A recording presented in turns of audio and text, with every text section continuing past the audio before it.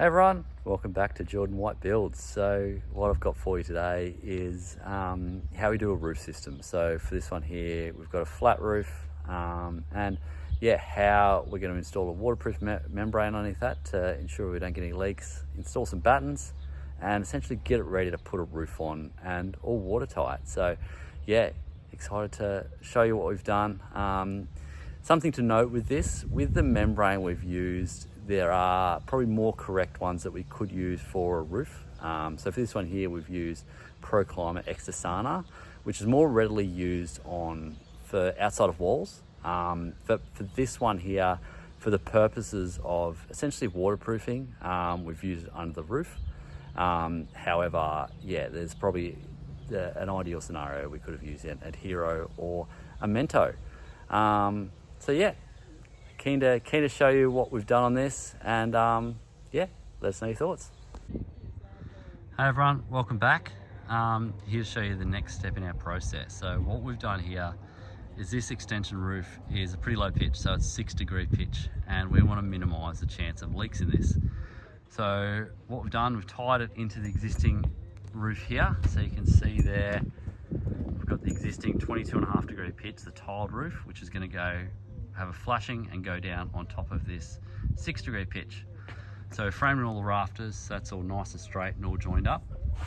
Then what we've done here is install a layer of ply over the top of those trusses. So what this does is it gives us a solid substrate to put a waterproof membrane on. So what we're going to do now is, the membrane's just sitting over there, run a membrane over the top of all this, so to make it waterproof. So we're not just reliant on the iron, that if it ever rains, water got through an iron or the flashing, it's going to run down the top of the waterproof membrane and then off the edge of the house. So yeah, that gives us something solid to sit on so it doesn't buckle or bow.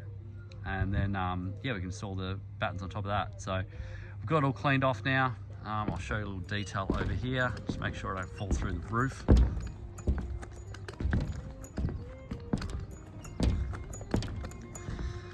Okay, what we've done here, this is where it joins this other house. So over here, that's just going to be a straight iron up, flashing up. But over here, this is a funny angle. I think it was about 12 degrees.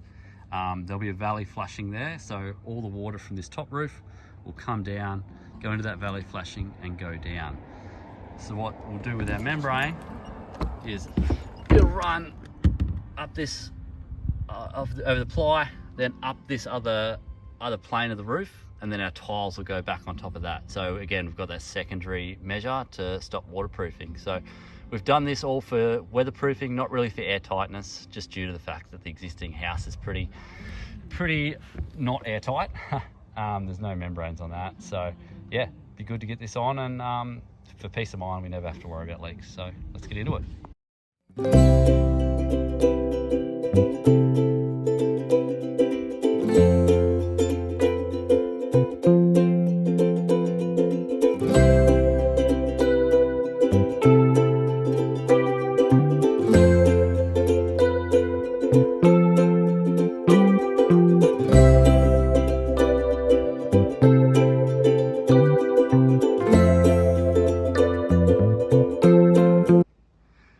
Okay, so we've got a lot of the membrane on.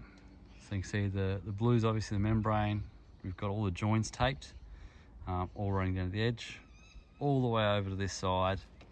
And this is where the two roofs meet, or what's also called the valley. So that's going down and then going back up the other plane of the roof like that. So that'll form the weather barrier. So any water goes down there, it'll run down. Then you can also see we've got these other bits of ply that we've installed. So they're directly over the top of the trusses.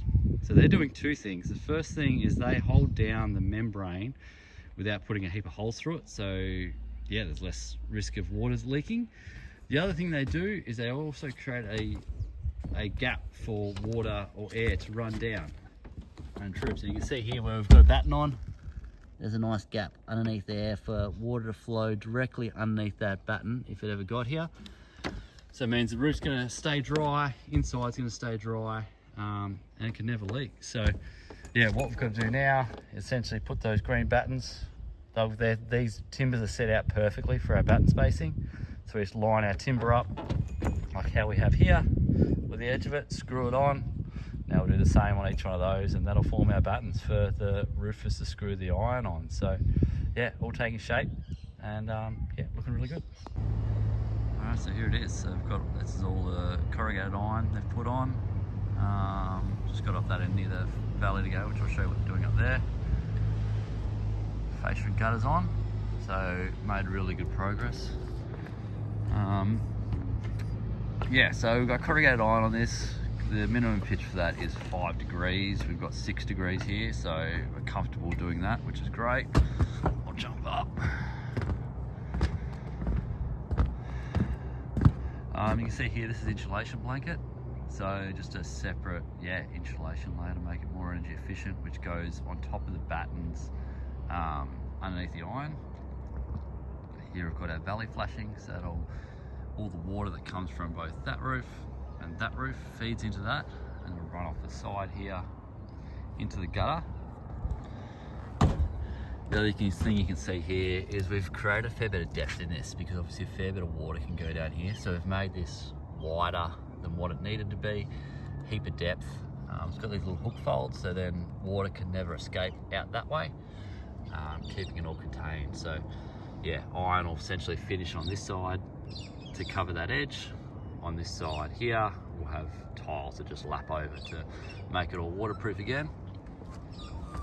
And yeah, show you here. So here you can see our batten setup that we've got. So obviously we've still got that nice cavity underneath the battens. Then we've got the insulation blanket that sits on top of that. So you can see there, it's a nice little track for water, air to run through. So that's, yeah, that'll work really good. And then up the top here, this is our transition from tiled roof to iron roof. So you can see here we've got this quite a large flashing that goes up underneath the tiles. That's all supported. We've also got the paper there as well as a secondary water barrier. So yeah, tiles sit on top of that. We've got a hook fold there, so again, water can't go back up that way. So the path of water will go over the tiles and then just run down here. Plenty of girth on that flushing, so yeah, water can never go up underneath it. And then you can see here with the corrugated iron, they've also got a good weather on the ends here, so where they've folded up the pan, so that again, it's another barrier, so water can never get in. So yeah, really good progress, looking good. It's always, a relief to see it all watertight, and yeah, all coming along great.